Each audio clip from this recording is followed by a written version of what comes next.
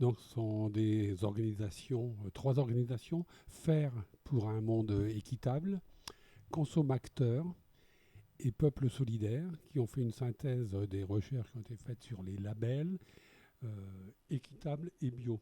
Ils appellent ça la boussole des labels. Alors c'est intéressant parce que sous forme d'un tableau, ils ont remis les critères et coché les cases que chaque label remplit. Donc ça permet d'y voir un peu plus clair. Alors je vais préciser un petit peu label, logo. Sur La distinction. ce qu'on achète, souvent il y a des logos, des petits dessins avec quelques lettres quelquefois. Et puis, mais ça ne veut pas dire forcément label. Parce que label, bien sûr, un label a toujours son logo, comme le logo AB par exemple. Mais pour être label, ça veut dire qu'il y a un cahier des charges derrière et qu'il y a des contrôleurs qui vérifient que ce cahier des charges a été respecté. Alors que le logo, maintenant, chaque entreprise, chaque distributeur a son logo, mais c'est lui. Ce serait plus de la communication alors ? C'est de la communication. Oui. Ouais. Et puis, visuel. Maintenant, les logos sont plus souvent verts, parce que c'est dans l'air du on temps veut apparemment. faire croire un peu bio, etc. Il y a souvent des termes durables qui apparaissent, des choses comme ça. Mais ça ne veut pas dire du tout que effectivement le producteur, le distributeur respecte. En amont. Oui, ça c'est vraiment le greenwashing, on appelle ça, se présenter plus vert que vert. Bon. Alors donc là, on essaie de parler surtout des logos et de faire justement la distinction logo-label. Alors après, il faut savoir si les labels, ils peuvent être publics, privés ou de marque. Alors, en public, par exemple, il n'y a pas de label public pour le commerce équitable. Ce sont des labels privés. Alors, quand on dit privé, c'est quand même des ONG, des grosses ONG, des collectifs d'ONG, et qui sont reconnus par les États, etc. Mais ce n'est pas l'État lui-même qui a instauré le cahier des charges et qui vérifie le respect. Le seul label d'État, c'est au niveau du bio, justement le label AB pour la France, et la feuille verte européenne, l'Eurofeuille. Ça, ce sont des labels certifiés par les gouvernements, par l'Europe, par la France. Après, donc, toujours, on tombe sur des labels qui sont très reconnus par tout le monde, mais ça fait partie du privé.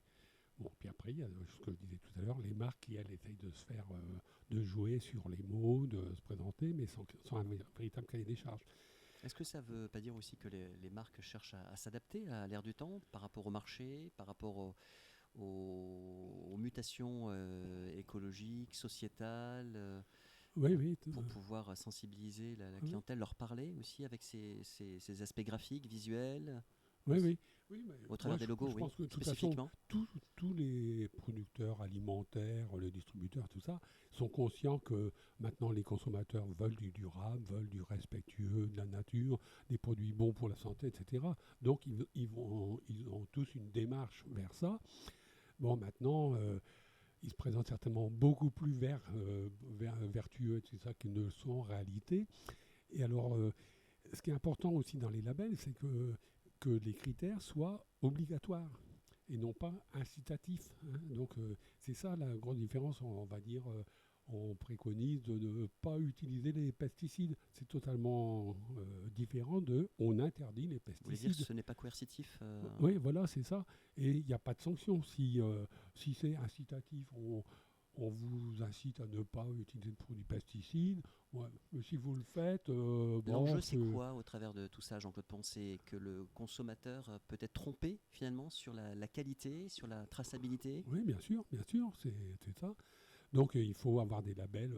Alors c'est vrai que pour le consommateur, c'est pas évident de s'y retrouver dans les labels. Bon, en équitable, on recense 8 labels qui sont vraiment équitables, qui remplissent tous les critères environnementaux, sociétaux, de transparence, de démocratie, etc. Puis à côté, par exemple, il y a quand même deux labels que, depuis des années dont on se méfie. Alors c'est par exemple Rainforest et Alliance et UTZ, oui. Ouais. Alors qui ont d'ailleurs qui se sont joints il y a récemment.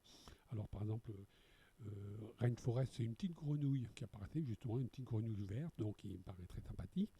Mais ça, ces produits-là, justement, Il y a un mais. avec ce label Rainforest, ça intéresse beaucoup tous les gros producteurs, style Coca-Cola, Nestlé, Multinationales. etc. Ouais. Parce que eux, ils préconisent des choses, mais ils n'interdisent pas. Ils restent dans la logique de la consommation, de la mondialisation, c'est-à-dire produire beaucoup, produire le plus possible, si possible avec le prix le moins cher.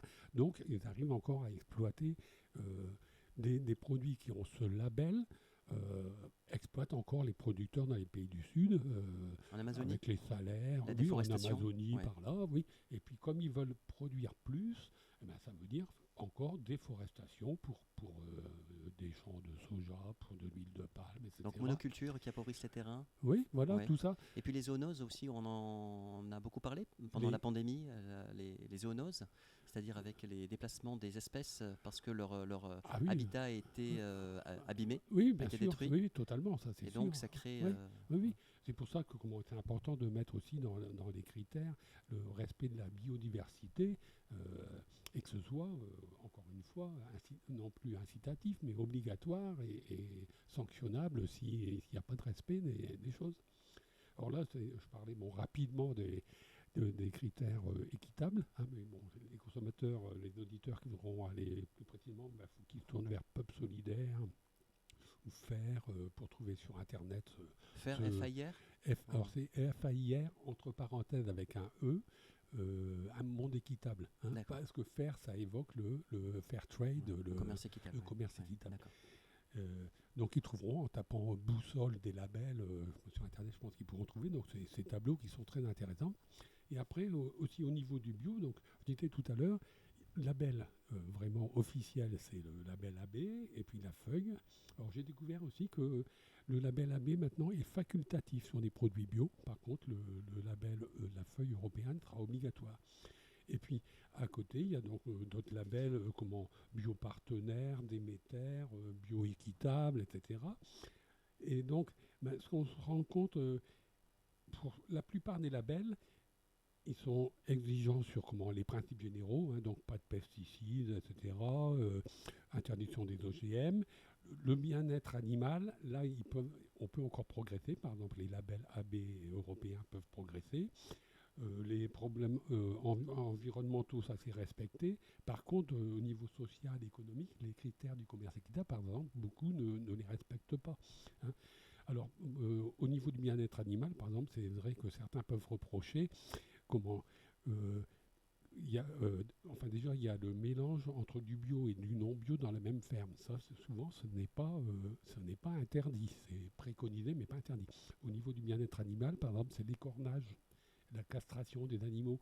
Beaucoup de labels préconisent de ne pas écorner, etc., mais ils n'interdisent pas. Donc, dans la réalité, on peut avoir le label, se présenter comme bio, et puis encore, je pense que des tas de gens sont pas tout à fait d'accord. Mais ça, on ne le sait pas.